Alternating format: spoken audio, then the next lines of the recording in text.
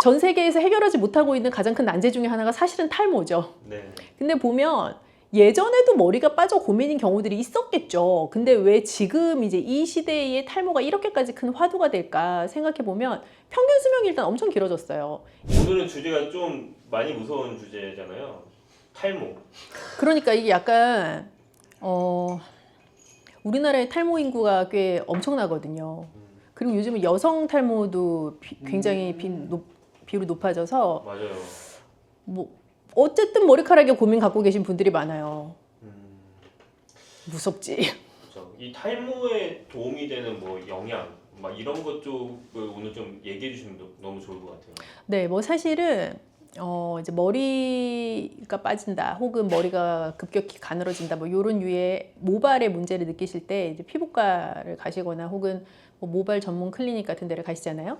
그러면 닥터분들은 이제 먹는 거 자체가 탈모의 예방 혹은 관리에 영향이 있다라고 딱 대놓고 말씀 주시지 않을 수도 있어요.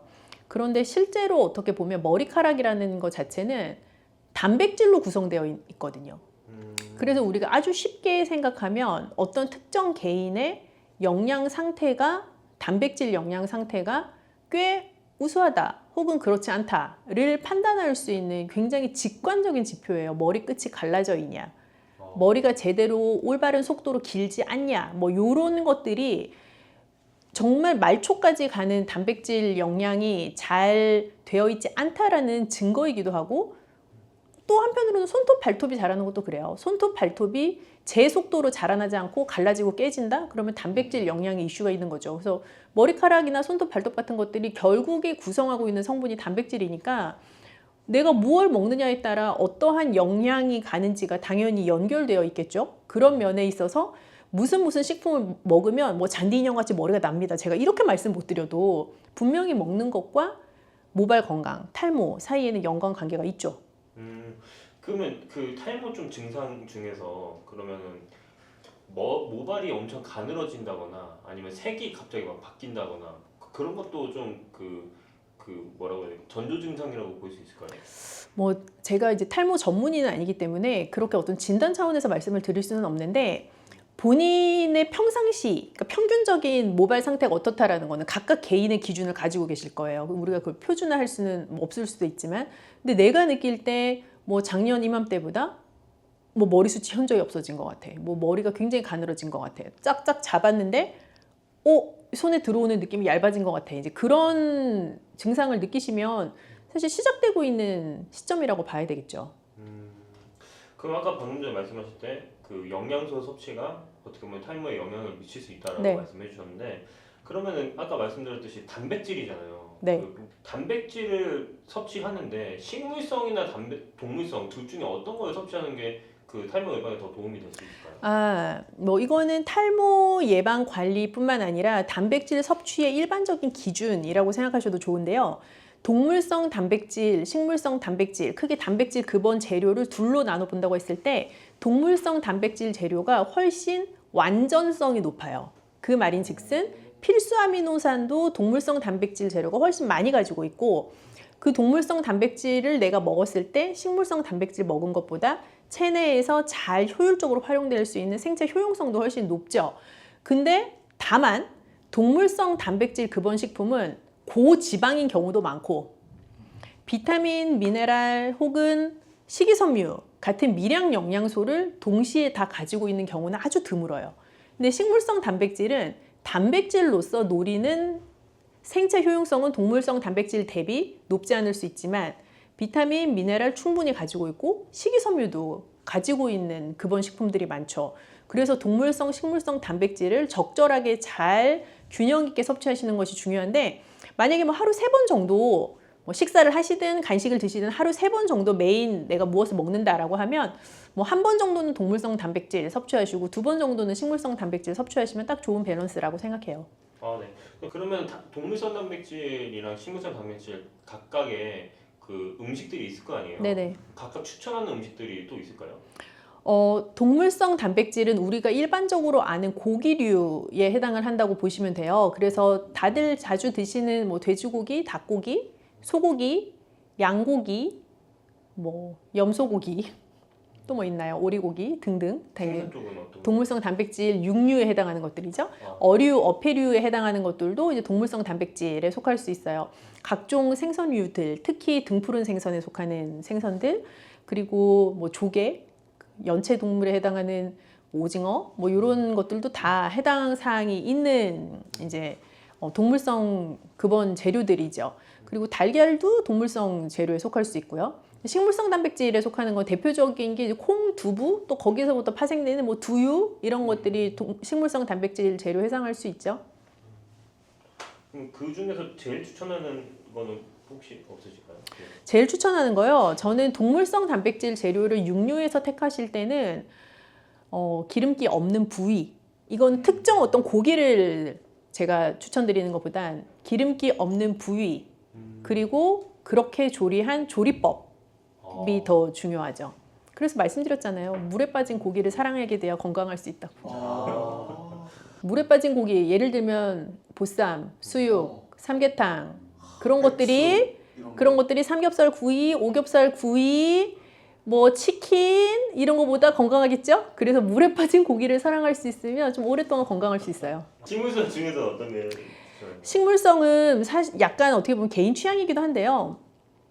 두부를 정말 좋아하시는 분들은 저는 두부 좋다고 생각하고요. 그리고 두부도 요즘은 되게 다양한 제품이 많아요. 뭐 단단한 거, 부드러운 거, 뭐 연두부, 순두부, 뭐 비지, 뭐 다양한 형태의 두부들이 많으니까 두부 좋아하시는 분들은 다양한 요리를 사실 해서 드실 수 있는 여지들이 많이 있고, 아 나는 두부는 좀 뭐 취향이 안 맞아 하시는 분들은 요즘 여러 종류의 콩으로 만든 또 제품들이 많거든요. 뭐 후무스 같은 병아리 콩 스프레드 종류도 있을 수 있고요. 그리고 콩을 밥에다가 넣어서 드시는 것도 당연히 추천이고, 뭐 콩이 주요한 재료가 되는 샐러드나 혹은 그 콩을 가지고 끓인 스프 같은 것들도 좋은 메뉴죠.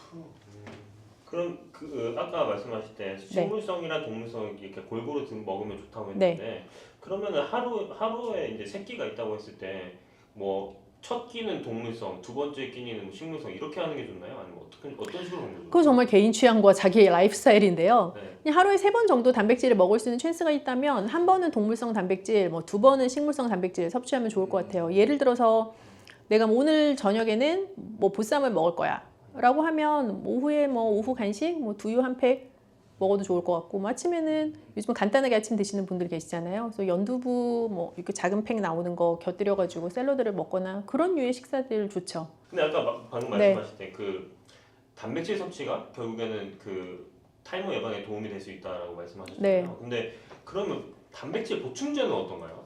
단백질 보충제, 무슨 요즘 탈모인들이 주로 많이 드시는 영양제. 근데 영양제도 단백질 보충제도 이름은 다르지만 내가 무언가를 보충하기 위해서 먹는 자연의 성상이 아닌 제품이에요. 그죠? 네.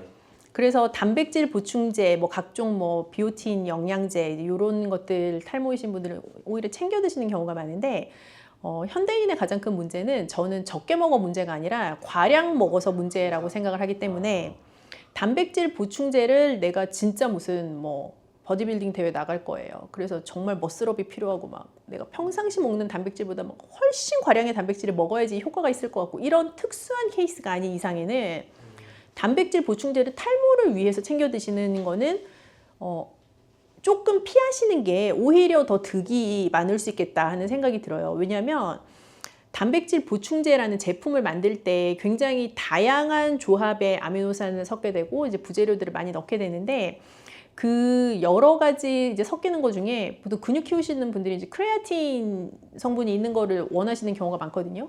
근데 그러면 단백질 엄청 많이 먹는 거니까 뭐 헤어는 막 쑥쑥 자라야 될 것 같잖아요. 근데 사실은 운동을 엄청 열심히 하시는 분들 중에 탈모이신 분들이 의외로 있어요. 그런 관찰 해보셨는지 모르겠지만 보시면 맞아요. 몸은 굉장히 근육맨인데 헤어는 없어. 그런 케이스들이 있거든요. 그래서 이게 연구로 밝혀진 것은 아직 아니지만 이제 크레아틴 보충제 자체가 탈모에 미치는 영향이 있을 수도 있지 싶어요. 이게 연구로 아직 이제 증명이 되지 않은 가장 큰 이유는 인류가 살면서 단백질 보충제라는 제품을 먹기 시작한 지 얼마 안 됐어요. 거의 우리가 1세대 아닐까? 단백질 보충제라는 제품을 먹고 있는?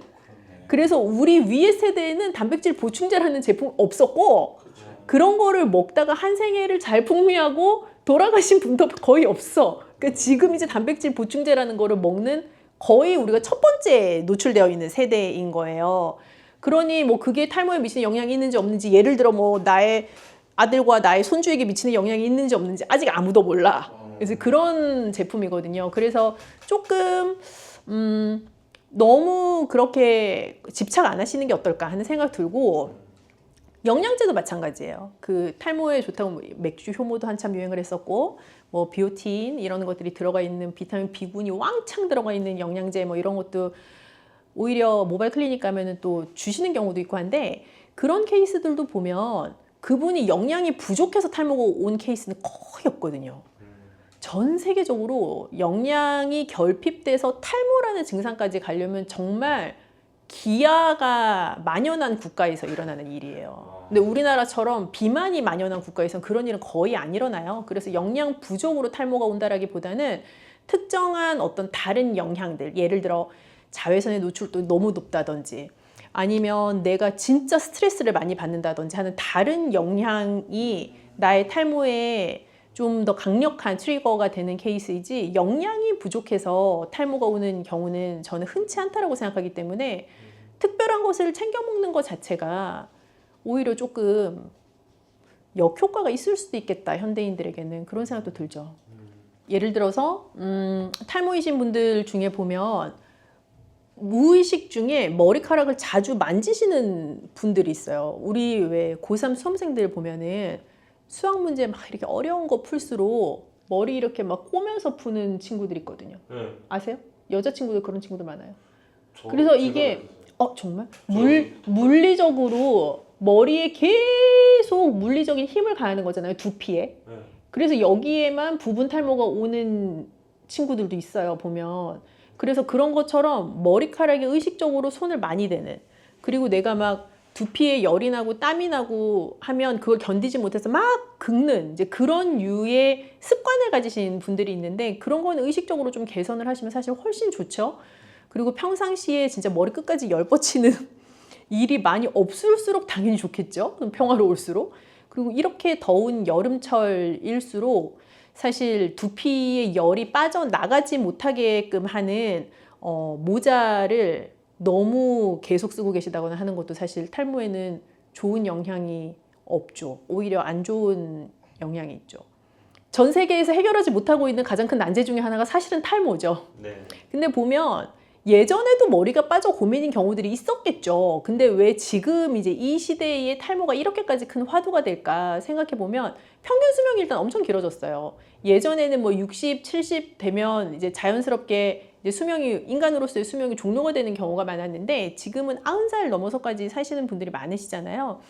근데 내가 살면서 점점 건강해지면서 사는 거는 사실 아니거든요. 나이가 들수록 점점 노화를 경험하면서 사는데, 그렇다 보니 노년층의 인구가 많아지고 오래 사는 사람도 많아지고, 이제 그 상황에서 탈모라는 게 60대, 70대도 물론 고민이 있지만 연세가 드실수록 더 증상적으로 나타나다 보니까 고민을 하는 케이스들이 많아질 수 있죠.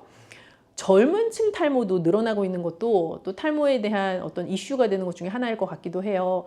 스트레스 받는 사람들이 많아지는 거, 염색을 한다거나 뭐 펌을 한다거나 혹은 탈색을 한다거나 하는 것들이 점점 더 일반화되어 가기도 하고요. 그래서 그런 것들도 영향을 미친다고 보고, 우리가 굉장히 점점 강력한 자외선에 노출되잖아요. 실제로는 전 세계인의 탈모에 영향을 미치는 요소가 될 수 있죠. 모두의 머리 끝에서 가장 강력한 자외선을 받게 되는 상황에 우리가 노출되면서 살아가니까요. 박사님만 아는 좀 이런 그 단백질을 좀 건강하게 섭취할 수 있는 그런 레시피가 있다면 좀 그런 걸 소개해 주면 좋을 것 같아요. 우리가 단백질 얘기할 때마다 늘 말씀드리는 것 중에 하나가, 어떠한 특정한 재료나 특정한 메뉴가 좋다라기보다는 어떤 재료에서 어떤 부위를 선택하냐, 어떤 조리법으로 요리를 하느냐가 중요하다고 말씀드렸잖아요. 아울러 하나 더 강조드리고 싶은 거는, 과량의 단백질을 한 끼에 몰아 먹으면 별 효과가 없다고. 이걸 나눠서 드시는 게 중요해요. 그래서 내가 예를 들면 오늘 내가 먹을 수 있는 단백질이 뭐 손바닥 하나만큼이야, 그만큼의 고기야 라고 하면, 그거를 한 끼에 홀랑 다 먹고 나머지 두 끼는 단백질을 안 먹는 것보다 그걸 오히려 3등분 해가지고 몇 끼 먹는 게 내가 그만큼 똑같은 양의 단백질을 먹어도 더 좋은 효과를 효율적으로 볼 수 있는 방법이에요. 뭐 단백질을 섭취할 때 그냥 각자의 라이프 스타일에 맞춰서 좀 해먹기 쉬운 게 사실 자주 먹히잖아요. 그래서 그런 레시피를 선택하시는 게 중요한데, 요즘은 간단하게 아침을 드시거나 혹은 간단한 저녁을 원하시는 분들도 있는데요. 어떠한 경우든지 간에 뭐 귀리, 오트죠? 오트 뭐 좋은 거 선택하시고, 거기에서 뭐 본인의 취향에 따라 뭐 아보카도도 좋고 잘 익은 바나나도 좋고 뭐 두유나 우유 같은 거 선택하셔서 잘 갈아서 드시는 거, 그것도 저는 좀 빠르고 간편하게 일상생활에서 늘 실천할 수 있는 또 식물성 단백질을 잘 섭취할 수 있는 팁이라는 생각이 들어요. 타임으로 걱정하고 있는 많은 분들을 위해서 한마디 부탁드립니다. 근데 사실은 뭐 머리가 빠진다라는 거를 막을 수 있는 방법은 없는데요.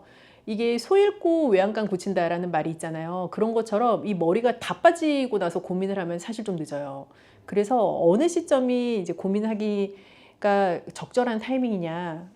초대 말씀드린 것처럼 내 머리가 되게 가늘어진 것 같은 느낌이 들 때, 잡았는데 뭔가 좀 뭐가 없어진 것 같은 느낌이 들 때, 그럴 때 이제 신경을 쓰시면 좋은데, 신경을 쓰실 때 무언가 카더라에 의존해서 어떤 거를 과량으로 드시지 마시라. 오히려 그거를 추천을 드리고 싶고, 내가 내 머리 건강을 좋아지게 하기 위해서 무언가를 추가적으로 하는 것보다 내가 대체 뭘 하고 있는데 이 머리카락이 이렇게 됐지? 라고 하는 내가 안 좋은 무언가를 하고 있는 게 뭘까라는 거를 한 번 더 생각해 보시는 것도 좋을 것 같아요. 오히려 그게 더 선행되어야 한다는 생각도 들고요.